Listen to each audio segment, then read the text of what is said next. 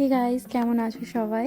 আমি বেশ ভালো আছি। কাল রাত থেকে এখানে প্রচুর বৃষ্টি, থামার কোনো উপায় নেই। আর সকালে দেখি, তোমরাও দেখো কেমন অবস্থা। সকাল থেকে খুবই মেঘলা ওয়েদার, খুব ঠান্ডা।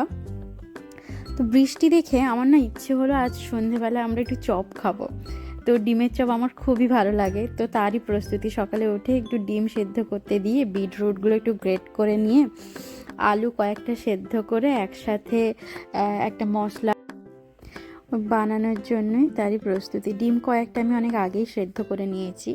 আর ওই আলু বিটরুটের যে মশলাটা বানাচ্ছি, আদা রসুন দিয়ে কুচো লঙ্কা দিয়ে একটু ভালো করে বিটরুট ভেজে নিয়ে আলু সেদ্ধ দিয়ে একটু ঘরের মশলা, সাধারণত ঘরে যে সমস্ত আমরা মশলা রান্নাতে ব্যবহার করে থাকি সেই সব মশলা দিয়ে ভালো করে একটা পেস্ট বানিয়ে নিয়ে ব্যাস চপের প্রস্তুতি। যেহেতু ওয়েদার খারাপ, তাই আর কি বলবো, দুপুরের রান্না আমার কিছু আছে, তাই আজকে আর সেরম রান্না বান্না নেই, তো এটারই প্রস্তুতি নেওয়া। যে প্রায় হয়ে গেছে, আমার হয়ে গেল।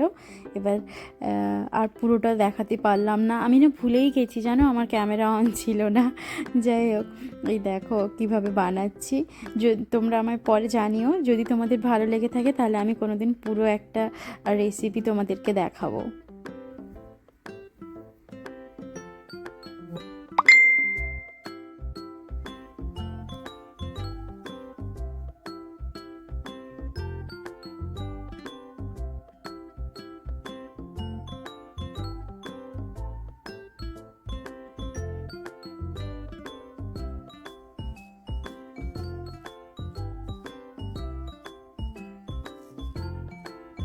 কেমন হচ্ছে তোমরা অবশ্যই বলো। হ্যাঁ,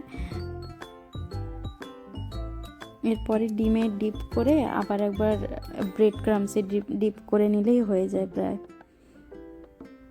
আর সকালে না কিছু ক্যান্ডেল বানিয়েছিলাম, দেখো তো কেমন লাগছে, আমায় অবশ্যই